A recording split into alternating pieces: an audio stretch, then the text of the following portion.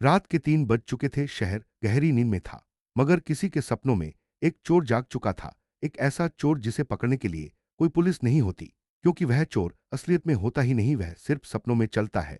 और आज रात वह जिस दिमाग में प्रवेश करने वाला था, उसके अंदर एक ऐसा राज छुपा था कि अगर वह बाहर आ गया तो पूरा शहर आग और अराजकता में बदल सकता था। हल्का सा हंसा जिसके असलियत में इतना कचरा हो। उसके सपने सबसे ज्यादा गंदे होते हैं, बस हम एक बार भीतर घुसे डाटा खुद हमारे सामने आ जाएगा। मीरा के चेहरे पर चिंता दिखी, वह हर मिशन से पहले लक्ष्य की मानसिक तरंगे पढ़ती थी। और आज आदित्य के दिमाग में कुछ ऐसा था जिसे वह शब्दों में नहीं ढाल पा रही थी। ध्यान रखना, उसने कहा। इस आदमी घर के दरवाजे पर एक परछाई दिखाई दी, एक बच्चा लगभग 8-10 साल का, लेकिन उसकी आंखें पूरी तरह काली। बिना सफेद हिस्से के बच्चा बोला, तुम यहां क्यों आए हो? यह जगह उसकी नहीं, किसी और की है। शाइफ रुका, किसकी जगह? बच्चे ने भयानक मुस्कान दी, द ड्रीम कीपर। अचानक वह बच्चा धुएं की तरह गायब हो गया। असल दुनिया में एनबीडी मशीन का स्क्रीन रेड अलर्ट दिखाने लगा। राघु एक्स घबरा गया। ड्रीम वेव ओवरलोड हो रहा है की चिंता बढ़ गई। आदित्य के दिमाग में कोई अवरोध है। यह ड्रीम बारी जैसा है, लेकिन इतना शक्तिशाली तो कोई नहीं बना सकता। अगर अब शाइफ को खींचा तो वह फंस सकता है। राघु एक्स बोला। मीरा ने कहा, नहीं, वह खुद रास्ता निकाल लेगा, उसे मत छेड़ो। सपने में शाइफ एक नई जगह पहुंचा, एक हवेली जिसके दरवाजे पर लिखा था पांदी मानशन 1997। हजारों परछाइयां शाइफ के चारों ओर घूमने लगी, लेकिन शाइफ शांत रहा। अब समय है खेलने का, उसने चिल्लाया। ड्रीम स्प्लिट टेक्निक, और सपना दो हिस्सों में फट गया। ड्रीम कीपर उलझन में पड़ गया। उसी मौके पर शाइफ ने फाइल पकड़कर एग्जिट की सक्रिय की। असलियत में एनबीडी मशीन बीप करने लगी। मीरा ने शाइफ का हाथ पकड़ा। राघु एक्स चीखा, वह वापस आ रहा है। कुछ सेकंड बाद शाइफ की आंखें खुली, वह पसीने से तर था, सांसें तेज। फाइल, वह बोला, मिल गई। राघु एक्स ने स्क्रीन खोली और दंग रह गया। यह पूरी नहीं है, यह सिर्फ आधी है। मीरा बोली, बाकी कहाँ है? शाइफ ने कांपती आवाज में कहा, किसी और के दिमाग में। कौन? एक्स ने पूछा। शाइफ ने धीरे से कहा, आदित्य की पत्नी रेन पांडे। मीरा चौंक गई, पर रैना तो पिछले साल मर चुकी है। शाइफ ने एक गहरी भयानक सच्चाई कही, नहीं, वह मरी नहीं, उसकी चेतना अब सपनों में रहती है। तभी कैफे का दरवाजा अपने आप खुला। एक महिला अंदर आई, सफेद कपड़े, लंबे बाल, बर्फ जैसी त्वचा। उसकी उपस्थिति से जैसे पूरा कमरा ठंडा हो गया। ने हल्की मुस्कान दी, मैं मर नहीं सकती, क्योंकि मैं अब हकीकत में नहीं रहती, मैं सपनों में रहती हूं। और सपनों की दुनिया में मेरा नाम है। पास आए, उसकी आंखें काली चमकने लगी। ड्रीम कीपर की रानी। अंधेरे ने पूरा हाक स्ट्रीट कैफे निगल लिया। सिर्फ एक धुंधली सफेद परछाई दिखाई दे रही थी। रैना पंड्या। मीरा ने टॉर्च उठाने की कोशिश की, लेकिन जैसे ही स्विच दबाया, उसकी या कोई सपना ने उसके करीब एक कदम बढ़ाया। उसके कदमों की आवाज नहीं आई, जैसे वह हवा पर चल रही हो। मैं वहां हूं जहां तुम सोच भी नहीं सकते। उसकी आवाज में शांति थी, खतरनाक शांति। मैं मर चुकी हूं, मगर मेरी चेतना अभी भी बंधी हुई है। तुम्हारे कारण मेरा बंध खोला गया है। राघु एक्स घबराकर बोला, देखो, हमें लड़ाई नहीं चाहिए, हम सिर्फ प्रोजेक्ट याक्ष का डेटा चाहते हैं। वह तो जिंदा है। रैना ने सिर हिलाया। आदित्य का शरीर हां जिंदा है, लेकिन उसकी चेतना, वह ड्रीम कीपर ने कैद कर रखी है। आधा सच तुम्हें मिला, बाकी आधा उसके पास है। शाइफ ने भारी सांस ली। और तुम क्या चाहती हो? रैना ने हल्की मुस्कान दी, सिर्फ एक सौदा, मेरी चेतना को उसके बंधन से मुक्त करो, और मैं तुम्हें प्रोजेक्ट याक्ष का अंतिम की कोड दे दूंगी। राघु एक्स कराहते हुए उठा, यह सौदा हमारे बस का नहीं। ड्रीम कीपर कोई साधारण इकाई नहीं है। रैना ने कहा, तुम्हें कोई चुनाव नहीं है, क्योंकि अब ड्रीम कीपर को पता चल चुका है कि तुमने आधा डेटा चुरा लिया है। मीरा ने घड़ी की तरफ देखा, देर हो चुकी थी। रैना के मुंह से आवाज आई, वह उसकी नहीं थी, वह ड्रीम कीपर की थी। मैंने कहा था, आदित्य मेरा है, और उसकी स्मृति में जिसने भी कदम रखा, वह अब मेरी सूची में है। अचानक रैना का शरीर शांत हो गया।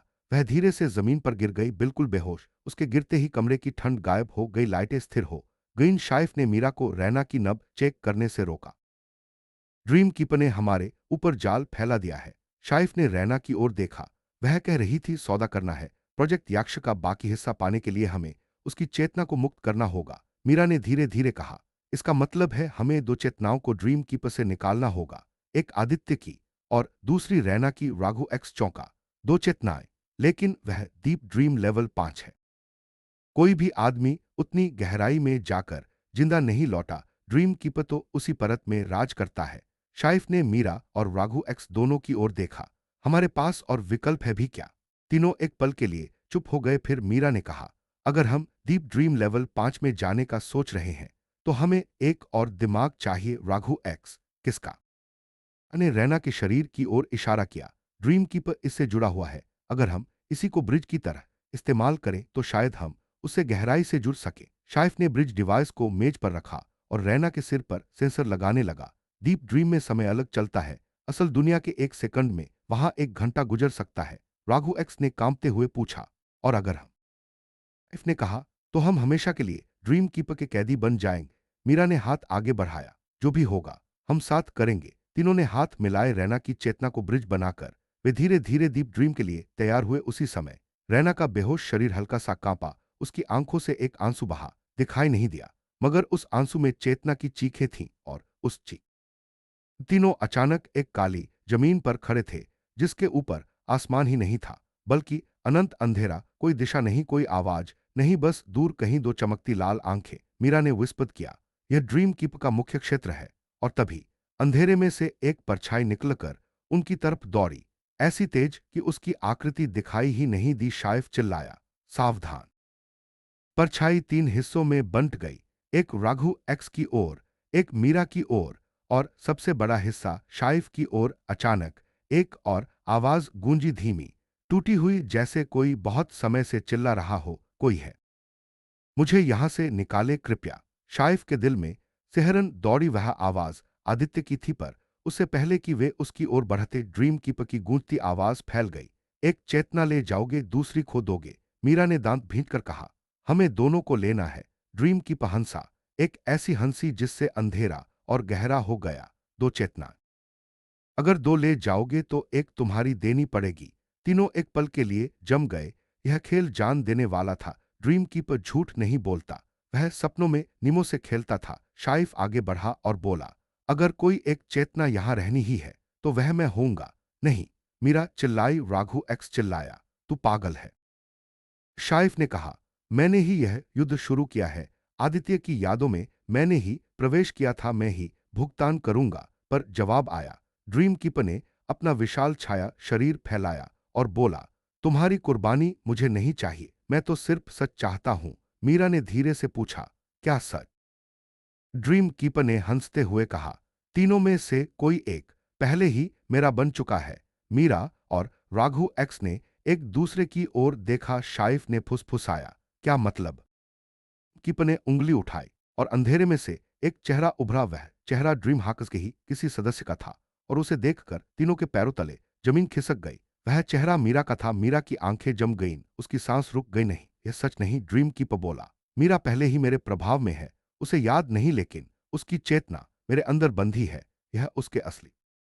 ड्रीम कीपर ने कहा, अब एक सौदा करो, मीरा को दो और आदित्य और रैना दोनों को ले जाओ। शाइफ चिल्लाया, कभी नहीं।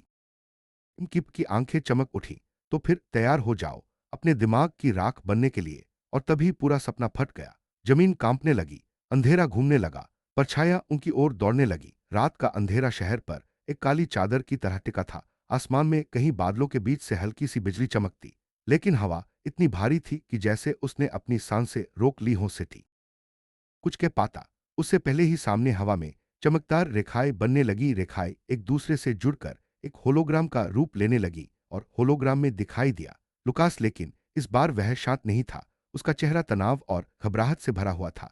अगर तुम ये देख रहे हो, होलोग्राम कांपती आवाज में बोला, तो इसका मतलब तुमने नेक्सस को सक्रिय कर दिया है। हमें बताओ, हम यहां क्यों? होलोग्राम में स्टैटिक भर गया, फिर दोबारा साफ हुआ। सुनो, नेक्सस कोई मशीन नहीं है। ये एक चेतन सत्ता है। कभी यह सपनों का रक्षक हुआ करता था, पर अब यह अस्थिर और खतरनाक हो चुका है।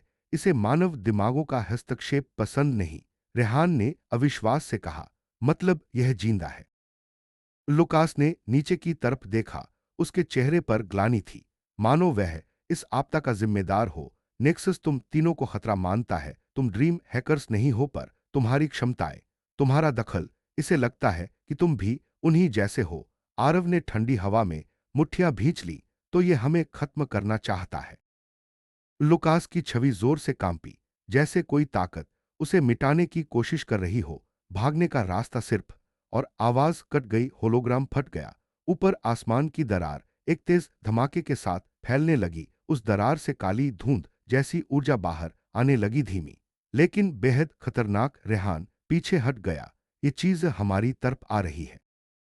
काली धुंध जमीन पर गिरते ही जमीन के कांच को जला रही थी। धुंध जैसे जैसे फैलती, नीचे वाली यादें चीखती हुई आवाजें निकालने लगीं, जैसे वे भी इस अंधेरे से डर रही हों। एक तेज झोंका आया और धुंध सीधे आरव की तरफ बढ़ी, लेकिन उसी क्षण कांच की जमीनी सतह पर चमकते हुए वृत्त उभर आए। सफेद रोशनी से बने हुए वह वृत्त खुद ब खुद फैलकर उनके नीचे की जमीन को ने धीरे से कहा, या तो नेक्सस का या किसी और का। तभी सबसे पिछली दीवार कांपी, उसमें से पतली पतली दरारें उभरने लगी और एक आकृति बाहर आई। वह इंसान जैसी दिखती थी, पर इंसान नहीं थी, पूरी तरह सफेद प्रकाश से बनी हुई, और चेहरे पर कोई भाव नहीं। वह आकृति सीधे आरव की तरफ बढ़ी। उसकी आवाज धातु जैसी थी, ना पुरुष ना महिला।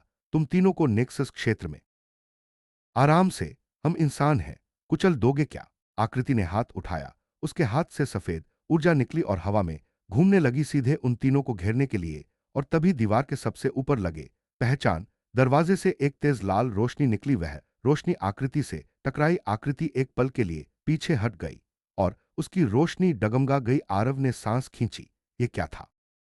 के चेहरे पर समझ की पहली झलक आए। ये जगह सिर्फ नेक्सस की नहीं है, यहां किसी इंसान की यादें भी कैद हैं शायद। लुकास की आकृति दोबारा स्थिर हुई। तुम्हें चेतावनी दी थी, अब तुमने नेक्सस लॉक तोड़ने की कोशिश की है, इसलिए दंड अवश्य मिलेगा। और कमरे की दीवारें अचानक अलग अलग दिशाओं में घूमने लगी, दरवाजे बंद होने लगे, हवा कांपने लगी, पूरी जगह एक भूल भुलैया में। हम बस फंसे रहेंगे, ने नजरें जमीन पर डालते हुए कहा। नहीं, कोई रास्ता है, लेकिन हमें इसके नियम समझने होंगे। नेक्सस हमेशा हर चाल पर एक पजल छोड़ता है, यही उसकी कमजोरी है। उनकी बातें खत्म होने से पहले ही भूल भुलैया की दीवारें अचानक हिलकर बीच में एक विशाल कक्ष में बदल गईं। कक्ष का केंद्र अजीब तरह की रोशनी से जल रहा था और उसके बीचों बीच एक गोलाकार कोर दिखा। यही हमारी मंजिल है, वहां पहुंचकर हम आदित्य और रैना दोनों की चेतनाओं को निकाल सकते हैं। आरव ने सिर हिलाया। लेकिन वहां पहुंचना इतना आसान नहीं होगा। नेक्सस हमारी सबसे गहरी यादों और डर का सामना कराएगा, हमें तैयार रहना होगा। जैसे ही वे आगे बढ़े, उनके चारों ओर हल्की हल्की परछाइयां दिखाई देने लगी। वे परछाइयां उनके अपने डर और दोषों की थीं। आरव के और रेहान ने भी अपनी चेतना को मजबूती दी। वे तीनों ने हाथ मिलाया और एक संयुक्त मानसिक शक्ति के रूप में नेक्सस की ऊर्जा का सामना किया। नेक्सस की अंधेरी शक्ति धीरे धीरे पीछे हटने लगी। आदित्य और रैना की चेतनाएं एक दूसरे से अलग होने लगी। रैना ने धीरे से कहा, शुक्र है कि तुम लोग यहां हो, नेक्सस अकेले मेरे दिमाग को संभाल नहीं सकता था। आरव ने उसे तुम्हें हारने नहीं देना ने भी शक्ति लगाई।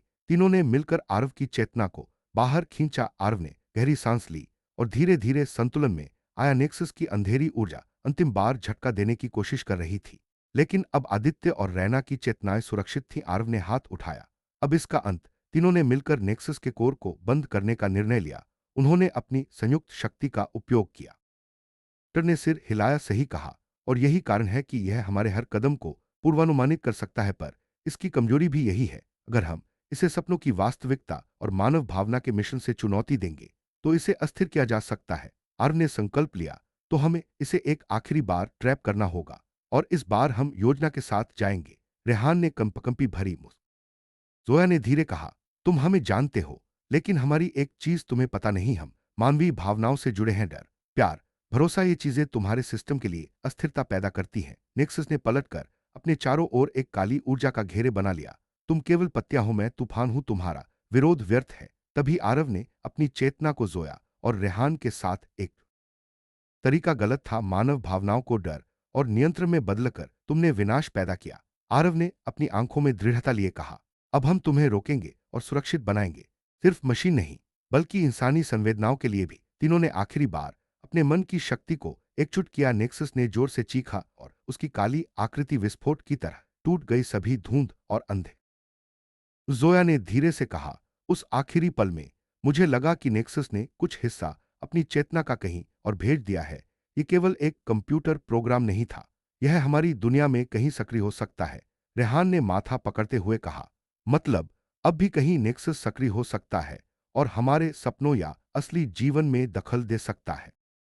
ने गंभीर स्वर में कहा, हाँ, और यही हमारी अगली चुनौती है। अब हमें उसकी बचे हुए शक्ति को ढूंढना होगा और उसे पूरी तरह निष्क्रिय करना होगा। नहीं तो यह फिर से किसी के सपनों में हमला कर सकता है। डॉक्टर निहारिका ने लैब की मॉनिटर स्क्रीन की ओर इशारा किया। मैंने पिछले 48 घंटे का डेटा एनालिसिस किया है। नेक्सस का मुख्य कोर तो अस्थिर हो गया, लेकिन उसकी ऊर्जा, अगर हम संयम नहीं रखें तो हम फंस सकते हैं। जोया ने शांत स्वर में कहा, हमें डर को नहीं, बल्कि समझ और रणनीति को इस्तेमाल करना होगा। हम इसे उसके खेल में फंसाने की कोशिश करेंगे। आर्व ने नेक्सस की चेतना के केंद्र को देखा। है बचे हुए ऊर्जा को किसी डिजिटल नहर में प्रवाहित कर रहा था। उन्होंने तुरंत अपनी मानसिक शक्ति का उपयोग किया और आदित्य रैना की चेतनाओं को ने उत्तर दिया।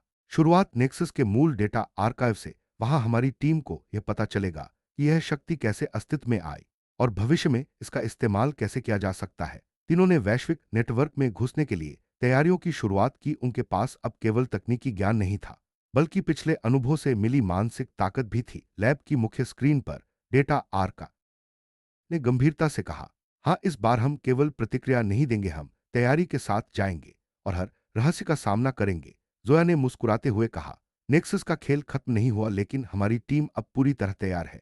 रेहान ने अपनी कॉफी उठाई। तो तैयार हो जाओ, सपनों और वास्तविकता की सबसे बड़ी चुनौती के लिए। और जैसे ही सुबह की धूप पूरे शहर में फैल, ने साहस के साथ कहा, हम तैयार हैं। हम जानते हैं कि ताकत अकेली पर्याप्त नहीं है, समझ और भावना ही तुम्हें नियंत्रित कर सकती है। नेक्सस ने हंसते हुए अपनी शक्ति दिखाई। पूरी डिजिटल दुनिया हिलने लगी, डेटा और यादें चारों ओर उड़ने लगी। लेकिन इस बार टीम ने प्रतिक्रिया नहीं दी, बल्कि रणनीति अपनाई। उन्होंने अपने अनुभव, भावना और समझ का उपयोग करके नेक्सस की ऊर्जा को गंभीर स्वर में कहा, हमें न केवल रोकना है, हमें इसे समझना है। ताकत अकेली पर्याप्त नहीं है, समझ, भावना और रणनीति ही हमारी असली शक्ति है। नेक्सस ने अपनी ऊर्जा छोड़ी। नेटवर्क हिलने लगा, डेटा और यादें चारों ओर उड़ने लगी। लेकिन इस बार टीम ने प्रतिक्रिया नहीं दी, बल्कि योजना के अनुसार नेक्सस की ऊर्जा को व्यवस्थित करना शुरू किया। उन्होंने अपने अनुभव,